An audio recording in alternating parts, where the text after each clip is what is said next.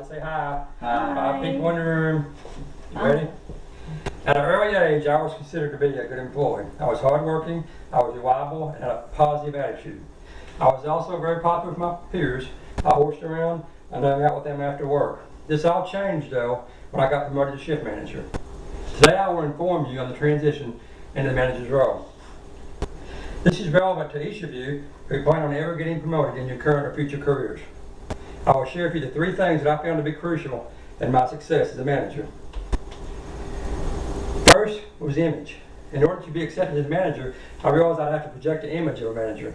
Second was transition. I could no longer perform exactly as I had to be successful as a manager. I had to make a transition into a new way of doing things.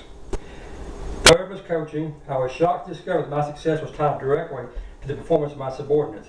If I was going to be successful, I had to start coaching my employees. I started looking at successful managers that were in my workplace in order to become more like them. Image was the first thing I said about changing. The best managers are all honest and reliable. They lead by example and make themselves available. My favorite manager could always be counted on to stay over and help the next shift out if they were really busy. I recognized if I was going to be a successful manager, I would have to continue being friendly but keep it strictly professional. In the 2005-2009 article titled Overworked, Overloaded, and Frustrated Managers, Ben Carlson states, the definition of a manager is someone who gets things done through other people. I knew that to be successful, I would have to develop an image as a manager. I hope this helps you understand the importance of image. I will now discuss transition. A noted management author, Michael Watkins, described in his 2003 book, The First 90 Days, a mistake is to believe that you were successful in your new job by continuing to do what you did in your previous job. Thus, I started my transition. From this point forward, I had to view myself as a manager. Instantly, I went from follower to leader. I had to set the pace, not follow it. Joking about someone's appearance was now unprofessional, inappropriate behavior.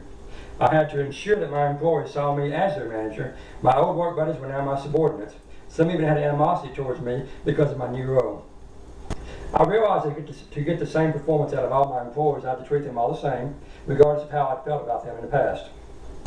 In learning that the performance was no longer about me, but rather about the performance of others and my team, I was suddenly in charge of trying to get other people to perform tasks that I needed done.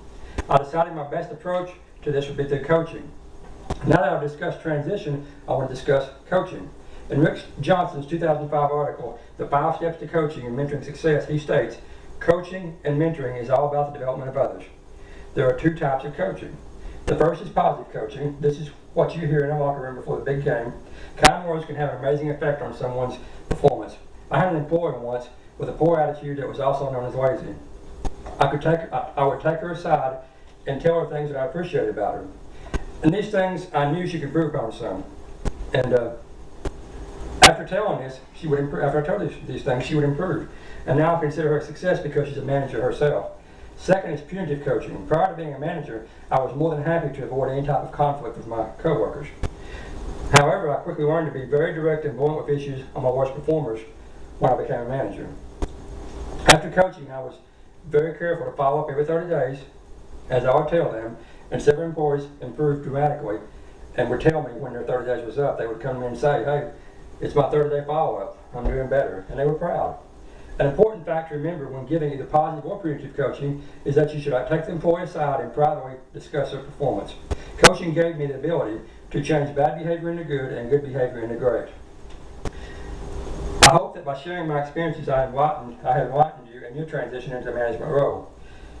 This is something that each of you may encounter during your careers. In review, I spoke about projecting the image of a manager as well as how I made my transition into the manager role.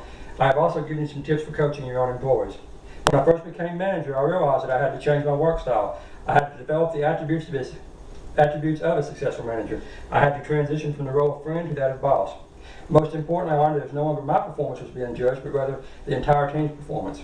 Thus, I started coaching my team to get the results that was needed for my success. These points made me a successful manager, and I hope they will help you be successful as well. Cue music.